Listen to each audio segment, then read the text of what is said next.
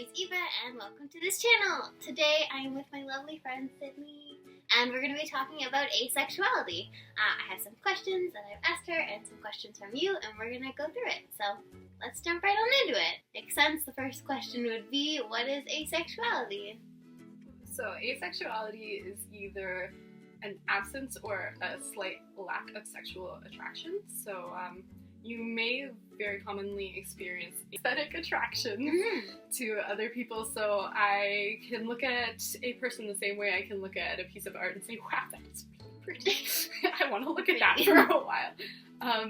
And they also can experience romantic interests in people or romantic attractions. So you may know somebody and say, wow, I really want to be in a relationship with them. And it really exists on a spectrum. People go by the name gray sexual, which is just like they identify partially or as an asexual, but they also identify as what's called an allosexual, which is just like you do experience sexual attractions.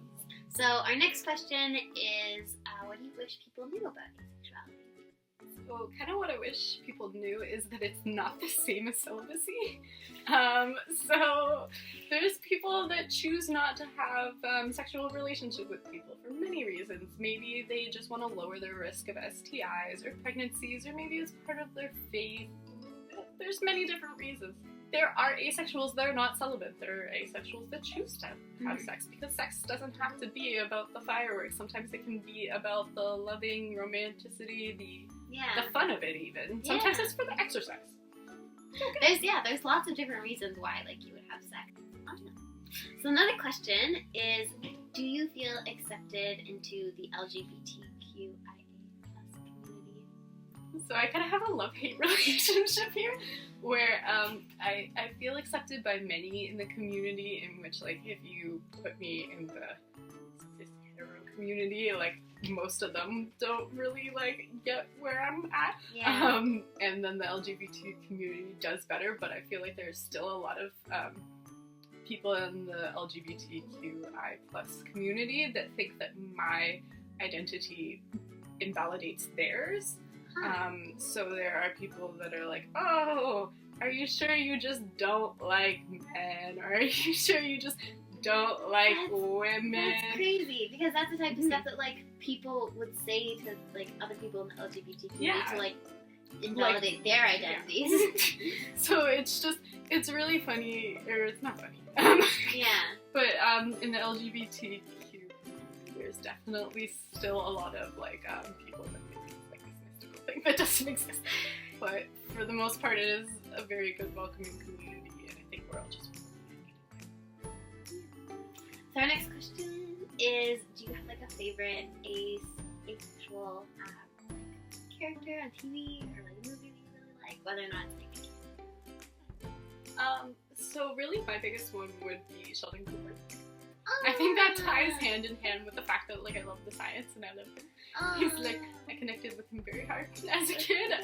And I think he's a great portrayal of asexuality, because this might be a spoiler for those of you that watch Big Bang and are not spoilers. But him and Amy Farrah, they do decide to have sex eventually, and it was I found it really great because it shows that asexuality, you could be not interested in, but you could still partake in sexual acts. Yeah, and have a relationship.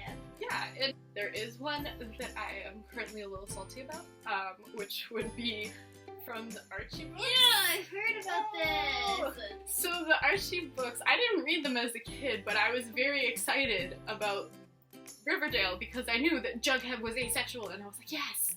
They've come out, they've explicitly said that he's asexual, and then the showmakers released that they were not going to make Jughead asexual, and all my tears came pouring out. People making TV and movies, please, more asexual representation would be nice. Next question. When/where did you learn about asexuality? So I used to be a leader in my GSA in my school. Me too! And for those of you that don't know, that means Gender Sexuality Alliance, or I don't know if when you were in school it used to be called Gay Straight Alliance. We've just updated it a little bit to be a little more welcoming. And basically, one of my co-leaders had went off to this nice forum where they were teaching them about all this stuff, and they came back and they were like, Sydney, listen, there's this thing called asexuality, and like tells me, and I was like,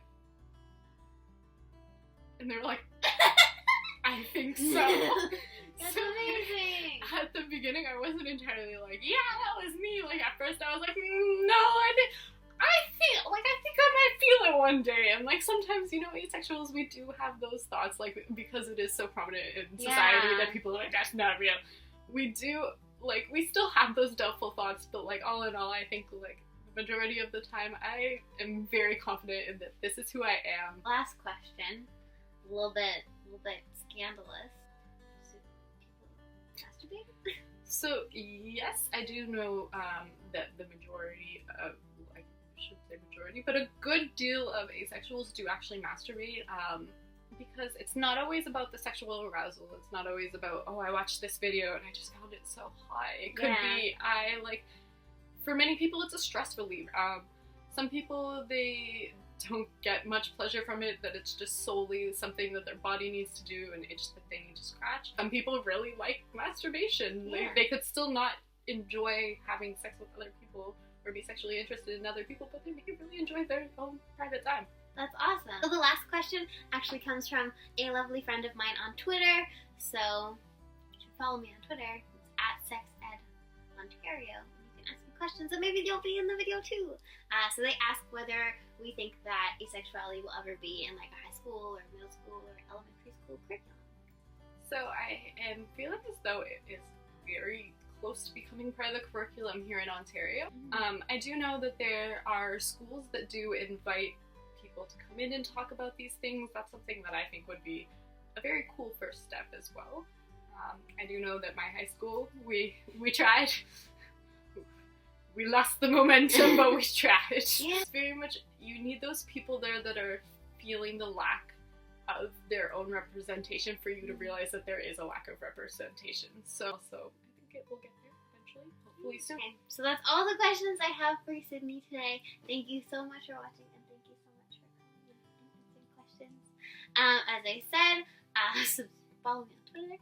Subscribe to this channel if you aren't already. Give this video a thumbs up if you like it, and leave a comment. Did we surprise you about any of these things about asexuality? Are you an asexuality whiz and you already knew everything? So that's it for us.